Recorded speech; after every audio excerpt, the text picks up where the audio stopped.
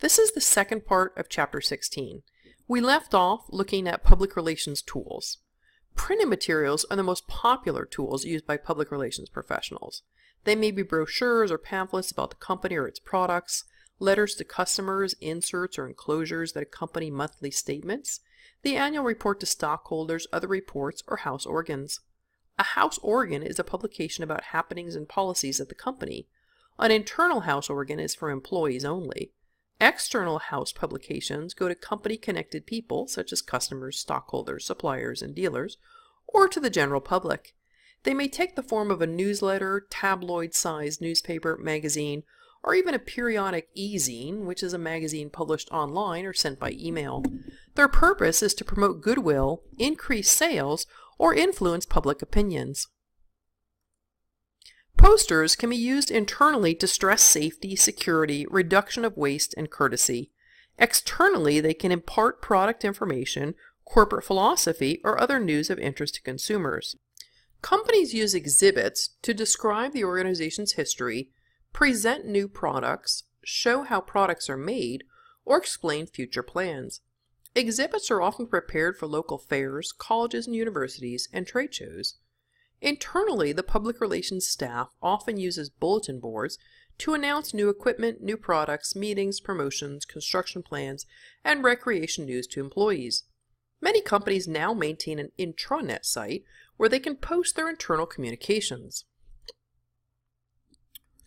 Films and slideshows are forms of audiovisual materials that may be used for training, sales, or public relations. Considered a form of corporate advertising, non-theatrical or sponsored films, which are developed for public relations reasons, are often furnished without charge to movie theaters, organizations, and special groups, particularly schools and colleges. Many PR departments provide video news releases, or VNRs, news or feature stories prepared by a company and offered free to TV stations, which may use the whole video or just segments. Video news releases are somewhat controversial. Critics see them as subtle commercials or even propaganda, and object when stations run the stories without disclosing that they came from a public relations firm, not the station's news staff. When a company wants to communicate a PR message and control its content, it may use a form of corporate advertising. In an integrated marketing communications program, corporate advertising can set the tone for all of a company's public communications. Corporate advertising covers the broad area of non-product advertising, including public relations advertising, institutional advertising, corporate identity advertising, and recruitment advertising. To direct a controlled public relations message to one of its important publics, a company uses public relations advertising. PR ads may be used to improve the company's relations with labor, government, customers, suppliers, and even voters. When companies sponsor art events, programs on public television, or charitable activities, they frequently place public relations ads in other media to promote the programs and their sponsorship, enhance their community citizenship, and create public goodwill. In recent years, the term corporate advertising has come to denote a particular type of non-product advertising aimed at increasing awareness of the company and enhancing its image. The traditional term for this is institutional advertising. A variation on corporate advertising is advocacy advertising. Companies use it to communicate their views on issues that affect their business, to promote their philosophy, or to make a political or social statement. Such ads are frequently referred to as advertorials, since they're basically editorials paid for by an advertiser. Corporate advertising can also build a foundation for future sales, traditionally the realm of product advertising. Many advertisers use umbrella advertising campaigns to simultaneously communicate messages about their products and their company. Companies take pride in their logos and corporate signatures. The graphic designs that identify corporate names and products are valuable assets, and companies take great pains to protect their individuality and ownership. How does a company increase consumer awareness or enhance its image? What does a company do when it changes its name, logos, or trademarks, as when it merges with another company? That's the job of corporate identity advertising. Companies use recruitment advertising to attract new employees. Most recruitment advertising appears in the classified help wanted sections of daily newspapers, or increasingly more frequently on the internet. It is placed by the Human Resources Department rather than the Advertising Department. But many ad agencies now employ recruitment specialists, and some agencies even specialize in recruitment advertising. Cause marketing is a partnership between a for-profit company and a non-profit organization, which increases the company's sales while raising money and visibility for the organization's cause. Typically, a portion of the proceeds from the sale of certain products is donated to the cause. A sponsorship is a cash or in-kind fee paid to a property, which may be a sports, entertainment, or nonprofit event or organization, in return for access to the exploitable commercial potential associated with that property. In other words, just as advertisers pay a fee to sponsor a program on radio or TV, they may also sign on to sponsor a bike race, an art show or chamber music festival, a fair or exhibition, or the Olympics. The sponsorship fee may be paid in cash or in kind, that is, through a donation of goods and services. For instance, if a local TV station signs on as a sponsor of a 10K run, it will typically pay for some part of its sponsorship by providing advertising time for the event. While the sponsored event or organization may be non-profit, sponsorship is not the same as philanthropy. Philanthropy is supporting a cause without any commercial incentive. Sponsorship is used to achieve commercial objectives. Certainly, one benefit of sponsorship is that the public approves of it.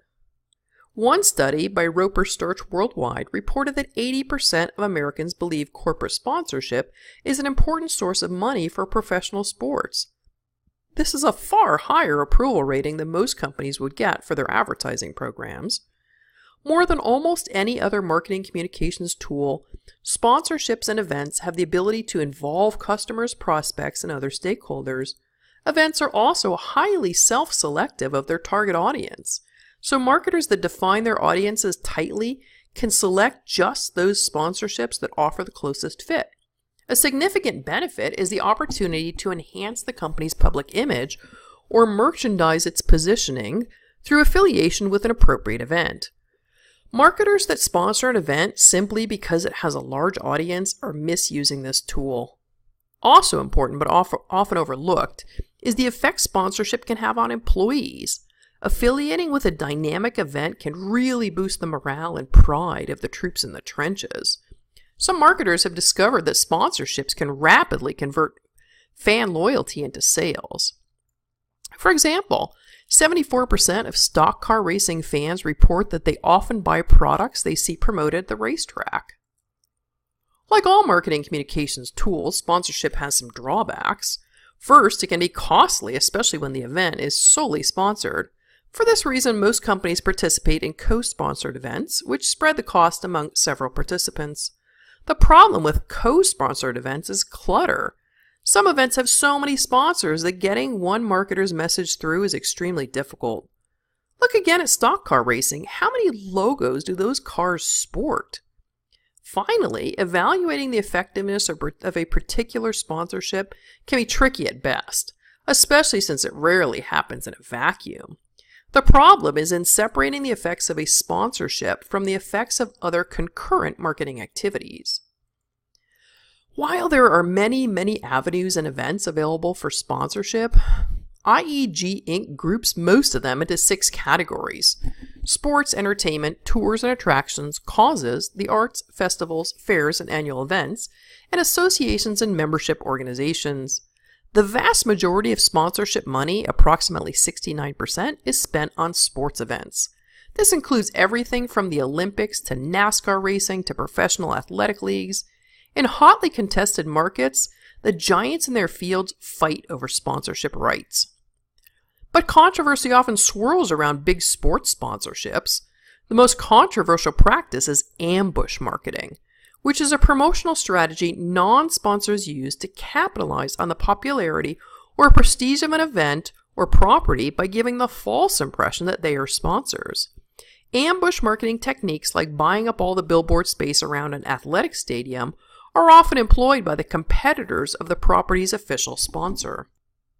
Symphony orchestras, chamber music groups, art museums, and theater companies are always in desperate need of funding. Over 3,200 fairs are held in North America each year. When IEG surveyed 1,000 members of the International Association of Fairs and Expositions, the findings revealed a very healthy growing environment. The average yearly sponsorship increased a whopping 20% over the previous 4 years.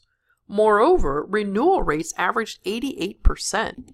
Finally, an area not covered by IEG's report is venue marketing, a form of sponsorship that links a sponsor to a physical site, such as a stadium, arena, auditorium, or racetrack.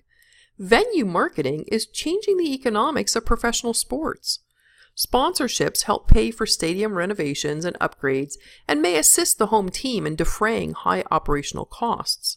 Many teams keep the money from their stadium luxury suites, stadium advertising, naming rights, and food and beverage concessions.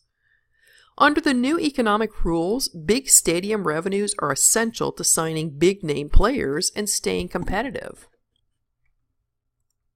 Companies interested in sponsorship have two choices: buy into an existing event or create their own.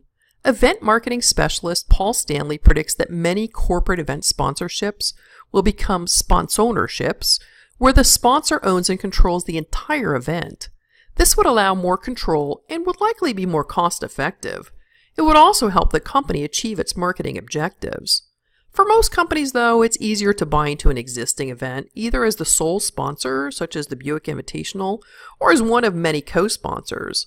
What's most important is to get a good fit between the sponsor and the event. One of the problems with event sponsorship, as with public relations activities in general, has historically been how to evaluate results. Experts suggest there are really only 3 ways to do this. Number 1, measure changes in awareness or image through pre- or post-sponsorship research surveys.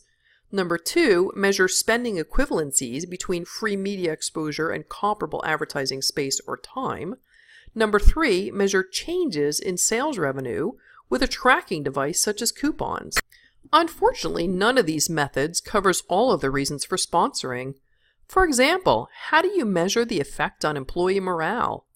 What if the sponsorship is aimed at rewarding current customers or enhancing relationships within the trade? These are important possible objectives, but they are very difficult to measure.